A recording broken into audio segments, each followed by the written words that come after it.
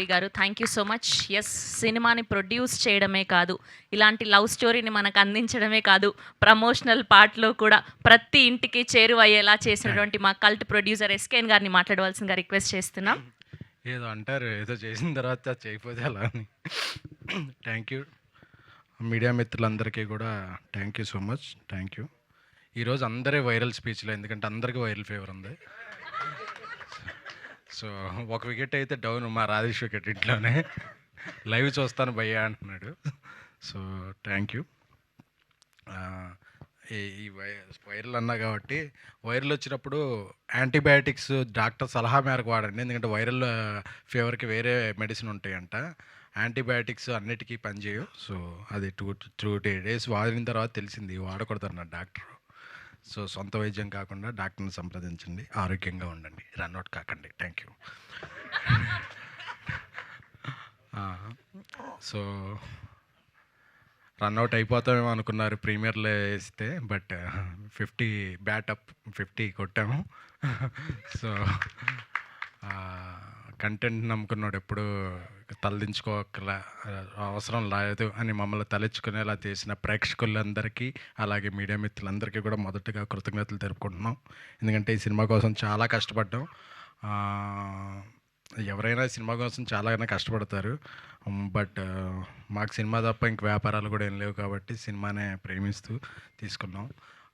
ఈ సినిమాని, ఈ కథని రాసి మా అందరితో పాటు మాకు ఒక ఉత్సాహాన్ని నింపి, బేబీ తర్వాత మళ్ళీ మాకు ఒక స్మైల్స్ ఇచ్చి నా కథకుడు, అలాగే నా సహనిర్మాత నాతో పాటు రాజేష్ గారికి మొదటగా కృతజ్ఞతలు తెలుపుకుంటున్నాను.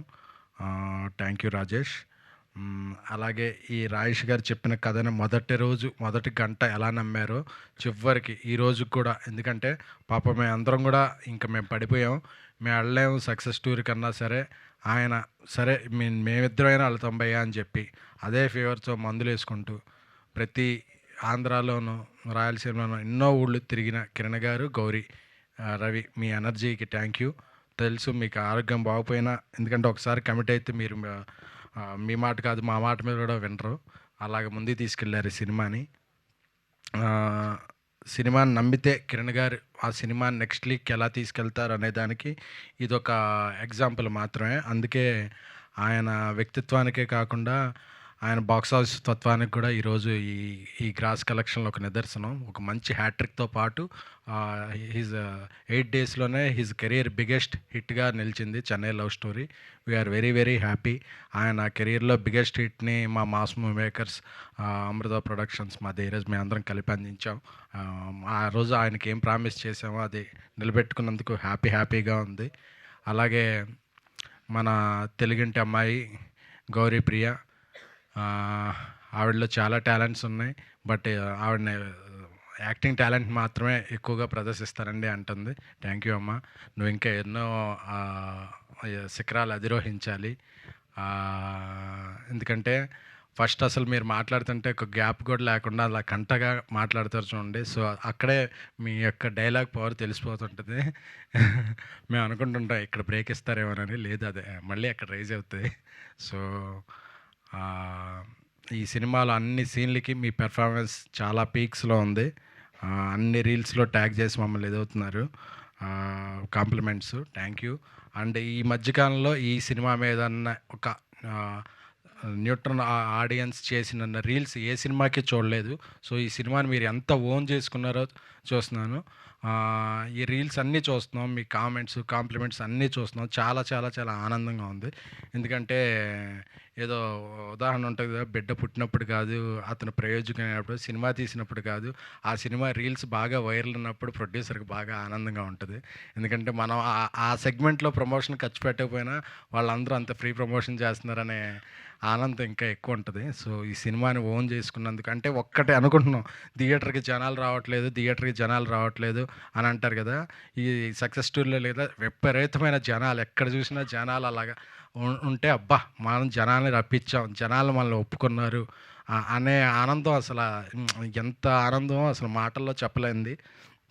కాకపోతే మాటల్లోనే చెప్పాలి, నాకు పాటలు పాడటం రాదు కాబట్టి మాటల్లోనే చెప్తున్నాను. సో అందరికీ పేరున ఆడియన్స్కి, అన్ని ఏరియాల ఆడియన్స్ అన్నీ తెలంగాణ, రాయలసీమ, కోనసీమ అండ్ బెంగళూరు ఎక్కడికి వెళ్ళినా సరే, ఇంకా చెన్నైలో చాలా షోస్ పడాల్సి ఉంది, వేరే వేరే కారణాల వల్ల పడలేకపోయేది. అక్కడ కూడా వేసిన షో వేసినట్టు ఫుల్ అవుతూ సెకండ్ వీకెండ్ కూడా చాలా మంచి రన్తో ముందుకెళ్తుంది.